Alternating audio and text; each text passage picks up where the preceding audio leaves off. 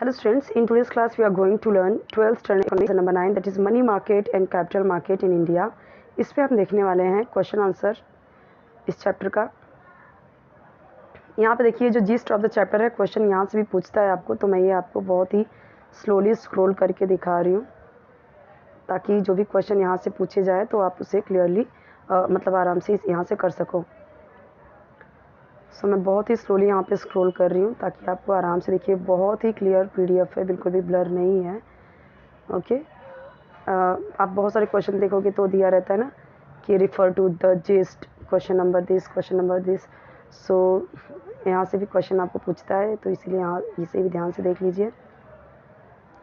Video maximum resolution पे देखेंगे तो क्लियर दिखेगा, अदरवाइज़ आपको ब्लर दिखेगा अगर आप लो रेजोल्यूशन पे देखोगे तो।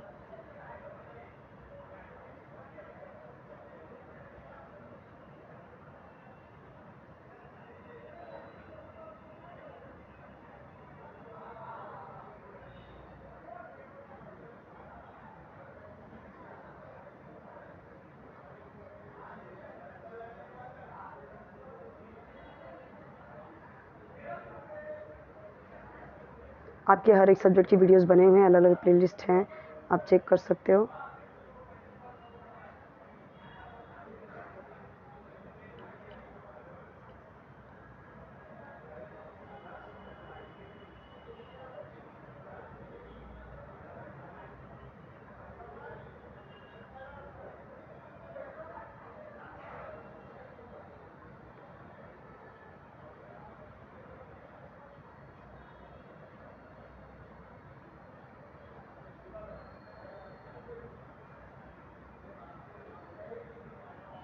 देखिए यहाँ पे role of money market India, क्या रोल है मनी मार्केट का।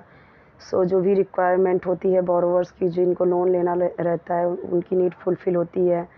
Provide better liquidity management, okay, portfolio management provide करता है ये। तो ये सारी चीज़ इम्पॉर्टेंट हैं points. Problems of the Indian money market, क्या प्रॉब्लम्स हैं। देखो यहाँ पे दिया गया, relatively underdeveloped when compare to advanced market like London and New York money market. तो उसके अकॉर्डिंग ये थोड़ा सा यहाँ पे अंडर डेवलप्ड है, और इसका इसका कुछ वीकनेस यहाँ पे दिए गए, मेन वीकनेस यहाँ पे दिया गया है। Multiplicity in interest rate, shortage of funds, उसकी भी कमी है पैसे की। Seasonal diversity of money market, absence of well organised banking sector, technology upgradation में जो देरी होती है वो। Reforms introduced in the money market, क्या क्या सुधार हुए हैं, तो यहाँ पे देखो दिया है। न्यू मनी मार्केट इंस्ट्रूमेंट्स का इंट्रोडक्शन हुआ है। लिक्विडिटी यानी एलएफ का भी है। डीरेगुलेशन ऑफ इंटरेस्ट रेट, तो ये सारी चीज़ें। नेफ्ट और जो आरटीजीएस है, ये सारी चीज़ें भी आई। कैपिटल मार्केट इन इंडिया, देखो यहाँ पे दिया गया है। कैपिटल मार्केट क्या होता है, लॉन्ग टर्म फंड होता है। Okay, structure of capital market in India, इसका भी यहाँ पे दिया हुआ है।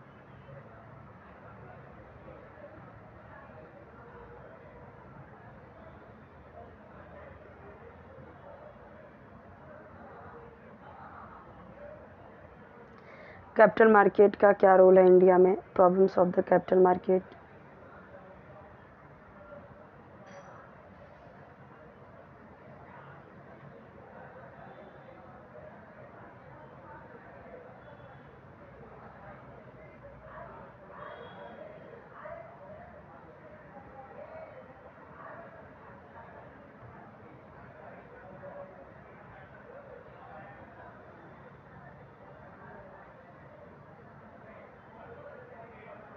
ये सब देखिए यहाँ पे फुल फॉर्म दिए गए हैं, एक्जिम, एमी, ये सब याद करना ज़रूरी है आपके लिए। और ये देखिए यहाँ पे ये जो दिया हुआ है, ये सब वर्ड्स और उसकी मीनिंग, ये सब बहुत ज़रूरी है। फाइनेंशियल इंस्ट्रूमेंट क्या है, जो फाइनेंस रेज करने के मेथड है उसको ही बोला गया फाइनेंशियल इंस्ट्रूमेंट। बॉन्ड्स क्या है, फाइनेंशियल असेट्स क्या है, तो वो इंस्ट्रूमेंट जो फाइनेंस हम जिससे रेज कर सकते हैं, उठा सकते हैं पैसे। बॉन्ड्स क्या है, एक ऐसा इंस्ट्रूमेंट है जिससे आप फंड उधार ले सकते हो, बोरो कर सकते हो। डेरिवेटिव्स क्या है, financial security deriving its price from assets. Government securities क्या है, तो जैसे गवर्नमेंट सिक्योरिटीज़ क्या होती है, instrument for raising loan, debt, कर्ज उठाने के लिए जो इंस्ट्रूमेंट कुछ। ओके, फॉरेन करेंसी क्या है? Currency other than Indian rupee, यानी करेंसी फॉरेन करेंसी यानी फॉरेन का पैसा। मनी मार्केट क्या है? तो ये सब बहुत ज़रूरी है आपको समझना।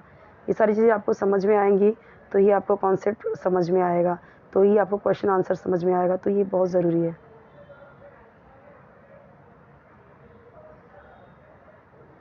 यहाँ पे एक साथ में दिया हुआ है आपको टेक्स्ट बुक में कहीं पे कुछ का जिक्र रहेगा, कहीं पे कुछ मेंशन रहेगा, तो यहाँ पे एक साथ में दिया गया है, सबको एक साथ में आप लर्न कीजिए।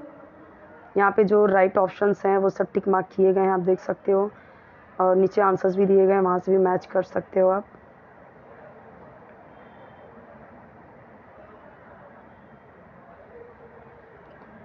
अब यहाँ पे देखिए दिया गया bank rates measures of credit control, तो ये दिए गए हैं आपको 4 ऑप्शंस। सो इसमें से कौन सा सही है? ये क्वांटिटेटिव, तो ये सारे ऑप्शंस करेक्ट किए गए हैं।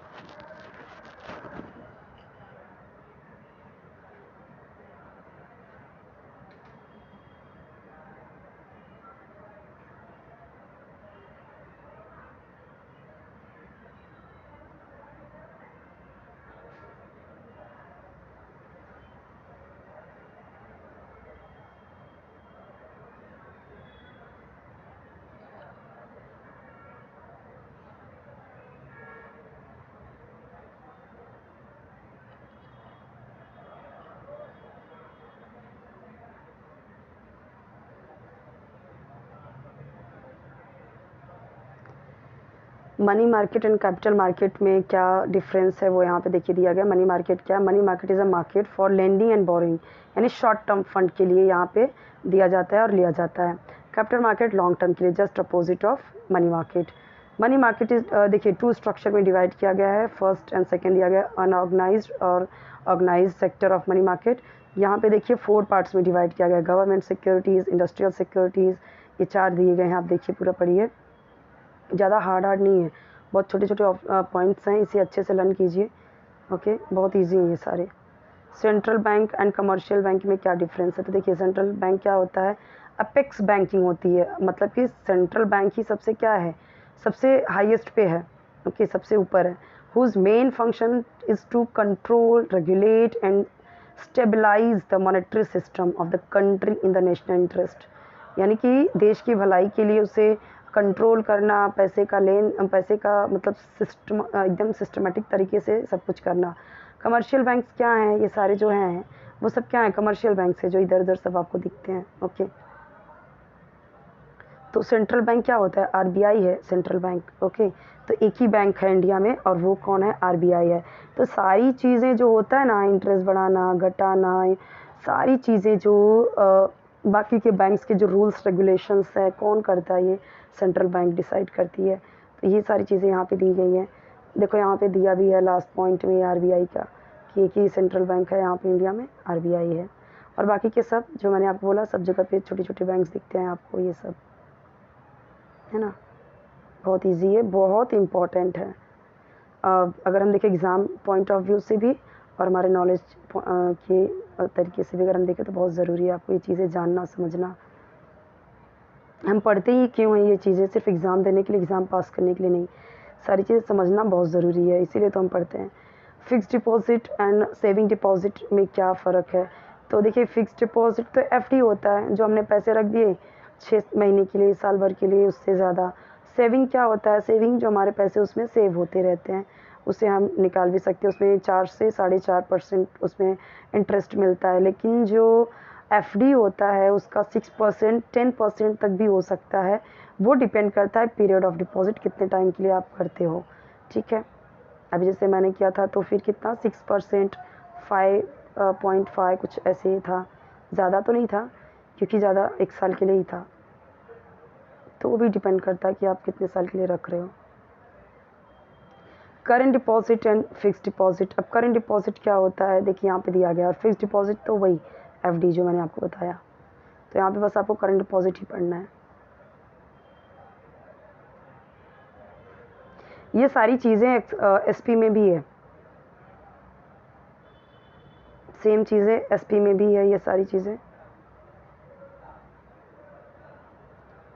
तो यहाँ पे ये आपका रिवीजन हो रहा है। ठीक है, इकोनॉमिक्स और ये सारे चैप्टर्स, ये सारे पॉइंट्स ना एसपी में भी है।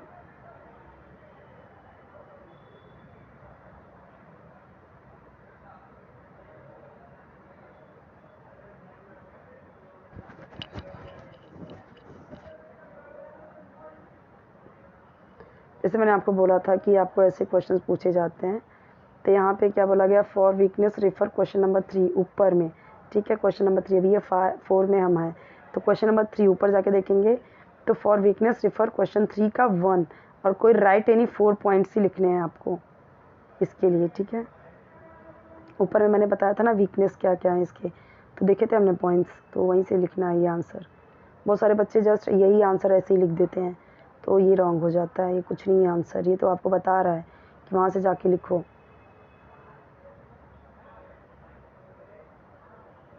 आपको कोई वीडियो चाहिए इसी तरह से कमेंट बताते जाइए, मैं आपको सारे वीडियोस प्रोवाइड कर दूँगी इसी तरीके से, जो भी वीडियो चाहिए। और ये सारे ही वीडियोस आपके कमेंट पे ही बना रही हूँ मैं, जैसे जैसे आपके कमेंट्स आ रहे हैं वैसे वैसे मैं वीडियोस बना रही हूँ। और मैं ट्राई करूँगी कि जल्द से जल्द आपका पूरा कंप्लीट कर दूँ, ताकि जिस स्टूडेंट को कोई भी सब्जेक्ट कोई भी चैप्टर की नीड हो वो ईजिली देख पाए, उससे परेशान होने की ज़रूरत ना पड़े। और इंग्लिश के सारे अप्रिसिएशन जितने भी पोएम्स के चैप्टर्स हैं वो है अपलोडेड, राइटिंग स्किल्स इंग्लिश के क्वेश्चन आंसर, बीके के क्वेश्चन आंसर, हर एक सब्जेक्ट के क्वेश्चन आंसर के वीडियोस आपको मिल जाएंगे। आप प्लेलिस्ट चेक कीजिए, सारे अलग अलग प्लेलिस्ट बने हुए हैं, हिंदी, मराठी, फिजिक्स, केमिस्ट्री, सबके प्लेलिस्ट बने हुए हैं, आप चेक कर सकते हो और लिखिए, देख के याद कीजिए। ये सब लोगो है यूनियन बैंक का, HDFC का, ये सारे क्वेश्चन हैं जो आप, वो सारे क्वेश्चन आपको आ जाएगा तो ईजिली आप कर पाओगे।